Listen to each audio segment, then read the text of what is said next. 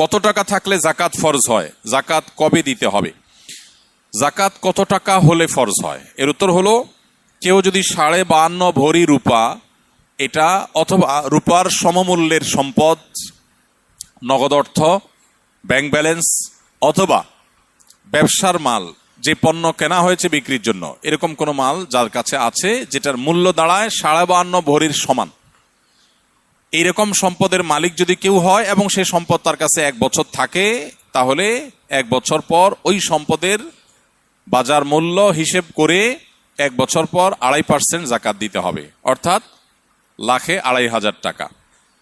এভাবে হিসাব করে তাকে জাকাত দিতে হবে। বর্তমানে রূপার যে বাজার দর, সেটা হিসাব করলে প্রায় 2.25 লাখ টাকার কাছাকাছি হয় 52.5 ভরি রূপার দাম। এটা ভ্যারি করে, উঠানামা করে। একেবারে খুব রিসেন্ট, যে এখন 2026-এর ফেব্রুয়ারি মাস চলছে, এই সময়টাতে রূপার যে বাজার দর আছে সেটা হিসাব করে দেখা গেছে যে 2.25 লাখ টাকার কাছাকাছি। এক্সাক্ট আপনি যখন দিবেন রূপার দরটা জেনে নিয়ে, যে 52.5 ভরি বা 52.5 তোলা রূপার দাম কত, সেটা হিসাব করে যদি দেখেন যে এটা আপনার সম্পদ এই পরিমাণ হয়ে গেছে, তাহলে সবটুকুর জাকাত দিতে হবে। এমন না যে এর অতিরিক্তটা জাকাত, বরং সবটুকুর জাকাত দিতে হবে। জাকাত দেওয়াটাকে জরিমানা মনে করা, এটা কিয়ামতের আলামত।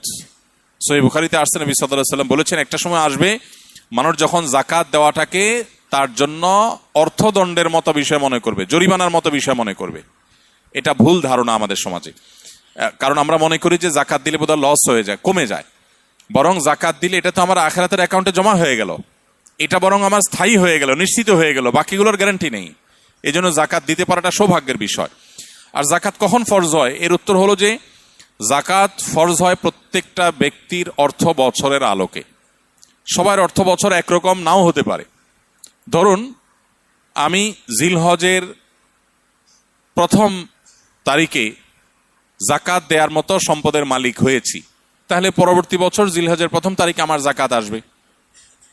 কেউ যদি মুহররম মাসে জাকাত দেওয়ার মতো সম্পদের মালিক হয়ে থাকে, তাহলে 1 বছর পর মুহররম মাসে তার জাকাত তার উপরে বর্তাবে। তো জাকাত বর্ষ এটা নির্ভর করে ব্যক্তি কখন সম্পদের মালিকানা আসছে তার উপরে।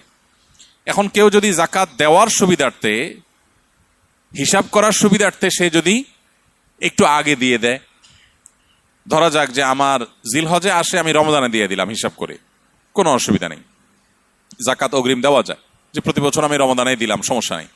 আমাদের সমাজে অনেকে মনে করেন রমজান মাসেই জাকাত দিতে হয়, জাকাত রমজান মাসেই শুধু দিতে হয়, এমন কোনো কথা নেই।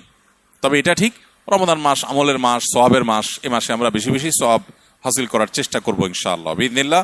সেই জায়গা থেকে আমরা নফল দান, অন্যান্য সাদাকা করব, এবং বিশেষভাবে যদি জাকাত দেওয়ার চেষ্টা করি ইনশাআল্লাহ, সেটাও আল্লাহ তাআলার কাছে আমরা বিশেষ আজরের আশা করতে পারি।